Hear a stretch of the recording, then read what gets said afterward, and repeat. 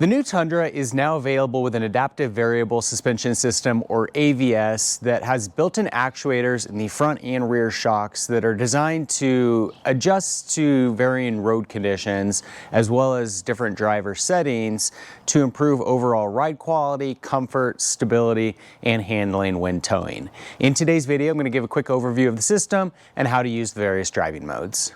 AVS is only available on certain models of the Tundra, and it comes paired with the rear air ride suspension system. It's optional as a package on platinum models like this, as well as the 1794 edition of the Tundra, and it comes standard on the capstone model. In addition to automatically changing depending on road conditions, we can also manually change the drive mode to make adjustments to the suspension. You can see if this light here on the drive mode button is illuminated, we can use this rotary knob here to scroll through our various options. Now, as we twist that rotary knob and change the drive mode, you see our different drive modes highlighted here on the screen. We've got our Eco mode, Comfort, Normal, Sport S, Sport Plus, and our Custom mode.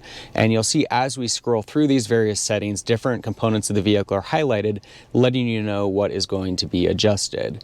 Now you can see in the Eco mode, the engine and transmission are highlighted. That's to optimize fuel efficiency. If we go to Comfort mode, the suspension is highlighted. It's going to soften that ride.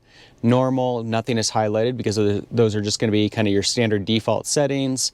Sport S mode highlights the engine and transmission. It's going to improve performance of that when you're in that mode. Sport S adds suspension and steering. It's going to tighten both of those.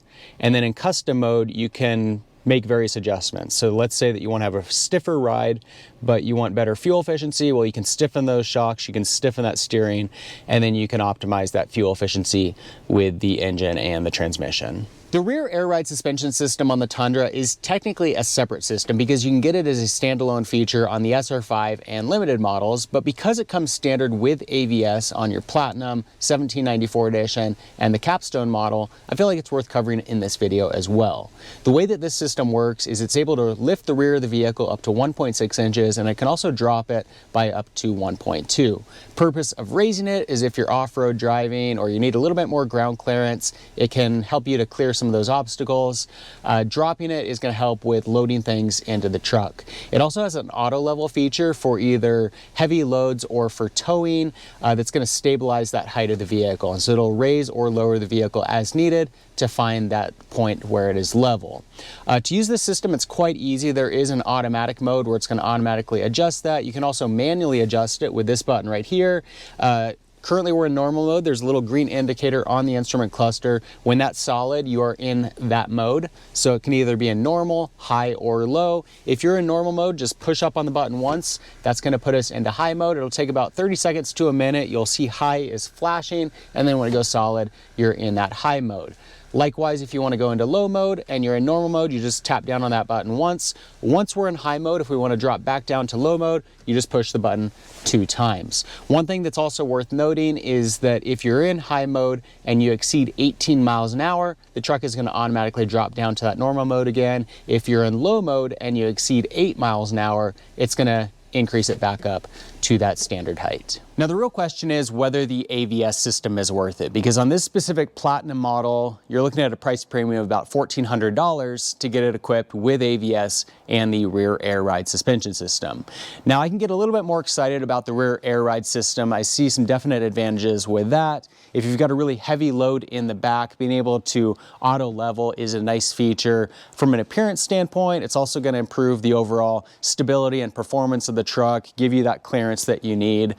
So I can see some advantages there. Likewise, if you're hauling a really heavy trailer, being able to auto level is going to improve that overall towing stability. For off-road driving, 1.6 inches isn't going to make a huge difference since it's only lifting the rear of the vehicle and not the front, but I could maybe see some situations where having that additional clearance could be an advantage. Likewise, the ability to drop it down 1.2 inches maybe would be nice when you're loading in really heavy things, but I would have a hard time imagining most people going to the effort of dropping the rear down to lift something into the back. So I don't know that there's a huge advantage with that, but I definitely see some nice benefits to the rear air ride suspension. Where I struggle a little bit more is with the adaptive variable suspension component, because I didn't notice a significant difference in the ride quality depending on the various driving modes. In various road conditions, whether I was in the Comfort, Normal mode, or the Sport S Plus mode, the difference is very minor. I don't think you would even notice you were in a different mode unless someone told you. It's very insignificant, and so from that standpoint, I'm not sure that it's worth the added complexity and cost.